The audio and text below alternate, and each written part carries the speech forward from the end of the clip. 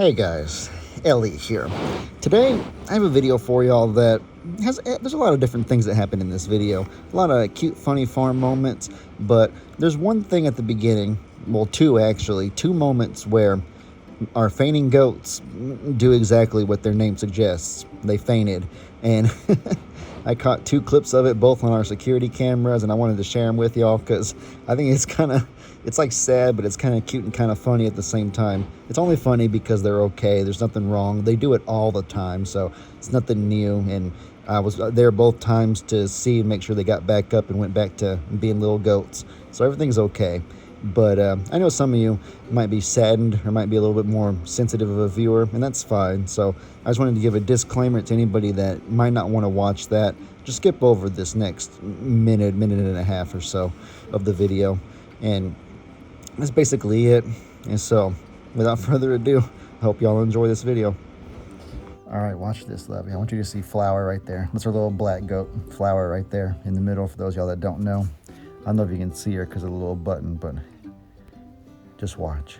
Are you ready for this? Your thumb's in the way. Poor girl. Why did she faint like Because I that? turned the tractor on and it scared her. Did she faint twice? She did, and I don't know if you can hear it, but she screamed a little bit. So like their vocal always cords don't does. get paralyzed. This is even worse right here. I've already seen this. This is the life of a fainting goat, you guys. I feel kind of bad laughing, but at the same time, it's what they were bred for. It's how their body works. Lou's getting pecked by that goose. Why didn't she keep walking, though? I don't know. She just froze. Oh, my Faint number one. Oh, I was on the phone with you. You see me right there Yeah. on the phone.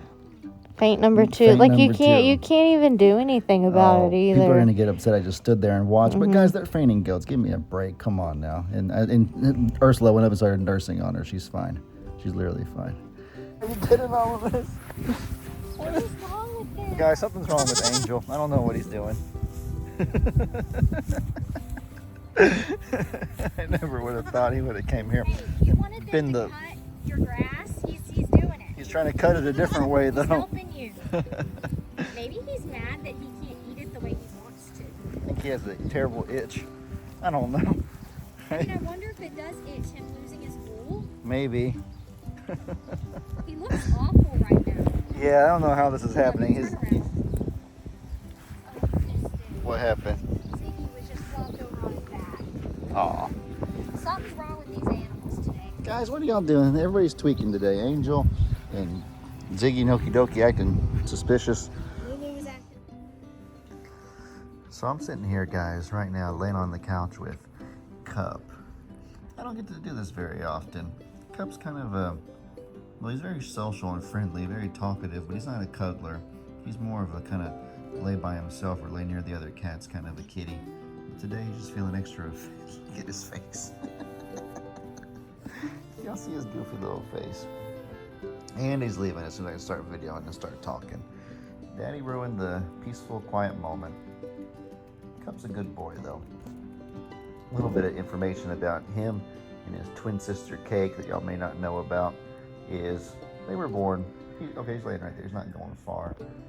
Cup and Cake are both about 10 years old. Actually, I think they were born in April of 2014, and we're in April now. I don't know the exact date in April. I just say like the 14th or something like that, random, because that sounds about right. But they're actually right exactly the 10-year mark, basically, of age. So they're a little bit older, senior cats as you would call it. And they've been the two pets that I've had in my life for the longest. You think about every pet that I've really had. You think about, you know, the boxers with my dad, the donkeys and whatnot. We got them in 2017. I know they're older, but I didn't really start spending time with Imogen until about 2017, right after Harvey. Avalanche, the white kitty at Longhorn Lester's in 2016. Hero, Angel, Annie. Annie was in 2018 or 19. I forget which one. Tex, I think, was in 2018. Ringo was in 2017. So there's been a lot of pets that we've had for many years. But for me personally, not counting my dad or anybody else, I've had Cup and Cake since 2014. And so that's definitely the longest that I've had any two pets.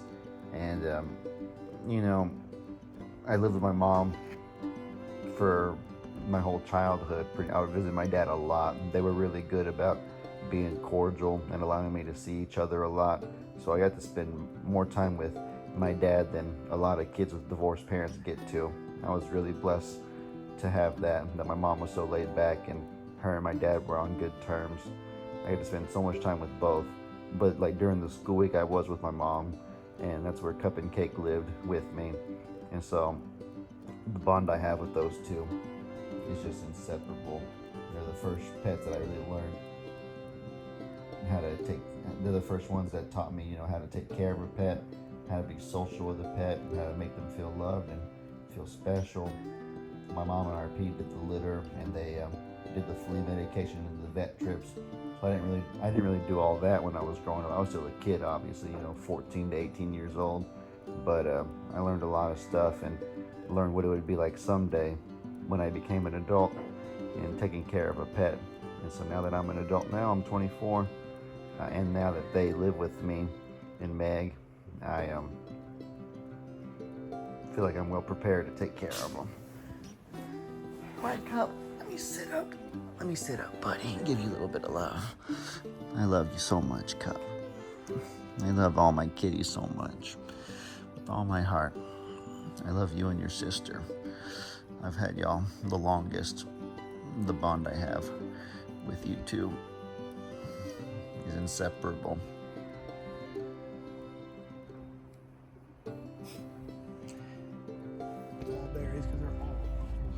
Oh, this ought to be good right here. Come on, guys. Show those babies who's boss. So these are, I think, either Jake or Uncle Dan's little baby goats. I'm not sure exactly.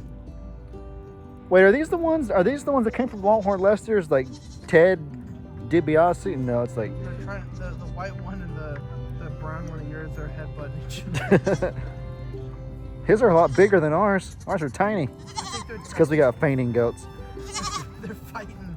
Dude, ours is gonna faint. I have a feeling ours is. He's gonna faint. I don't know if he's gonna faint. He's already like getting stiff-legged. That's what happens when they faint, is they start getting stiff-legged, because I guess, I don't know how it works in their brain. They're fighting each other. I think goats are cool because goats are like one of the only animals in the world where it's basically impossible for them to get a concussion. Really? It's because they have like a fat sack right in front of their skull, and so they can just constantly hit their head against each other nonstop. There's videos of like a full-grown like boer goat hitting like a bull, and the bull falls over. That's funny.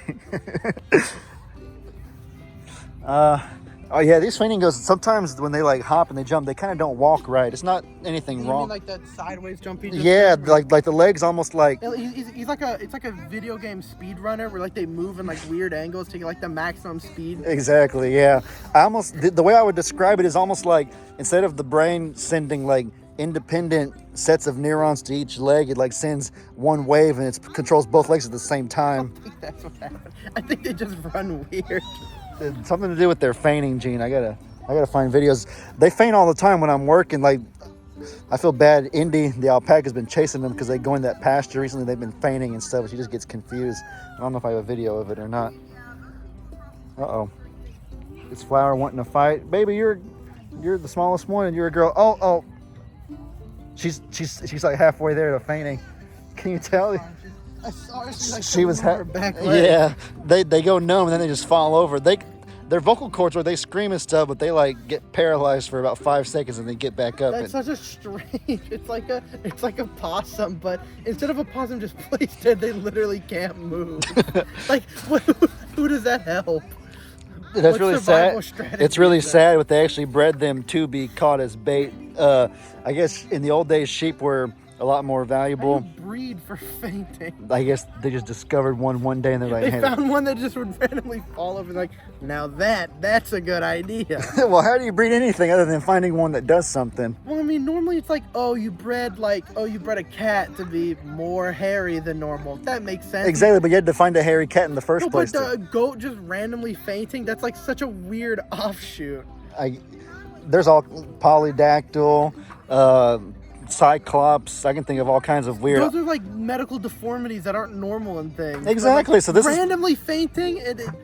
those are all things that were probably incredibly rare at one time until they until those people reproduced and made it happen more and more. Everything started. I'm gonna have to Google how like fainting goats are bred to see like what they bred for. Everything started off as a really weird and rare medical anomaly at first. But I did think. you know that cauliflower, Brussels sprouts? It was cauliflower, Brussels sprouts, spinach, and one other thing were all originally one plant. I did not know that. It was all the same plant like a super long time ago, and then farmers individually bred them to have like really good like the little seed bet, and I forgot exactly what it was. Salmonella made a whole video about it. Huh. But no, I was saying that I was told that these fainting goats were bred a few hundred years ago to be put in pastures with more valuable animals such as sheep and other stuff, so that if a predator got in, it would obviously target the free meal laying on the ground first, as opposed to... No, they're not like that. So it has to be something mental, because when I was working on that gateway over there, it's obviously right next to our Biggs pasture, and there's been a few times where the little fainting goats would walk in there and they get scared by it. No, and that fence over there, I was working on it, and they were kind of hanging out beside me. There's been a few times in the past where they would go in the Biggs pasture, and Indy would chase them, and they would faint because they got scared. And so even seeing that pasture, they would make them fall over and faint. Like they just be fainting over near me because they were near the pasture. Just fall over. Exactly. My security cameras might have captured a video. I can probably find it for you, but actually I know where I can find a video. I'm gonna go find one.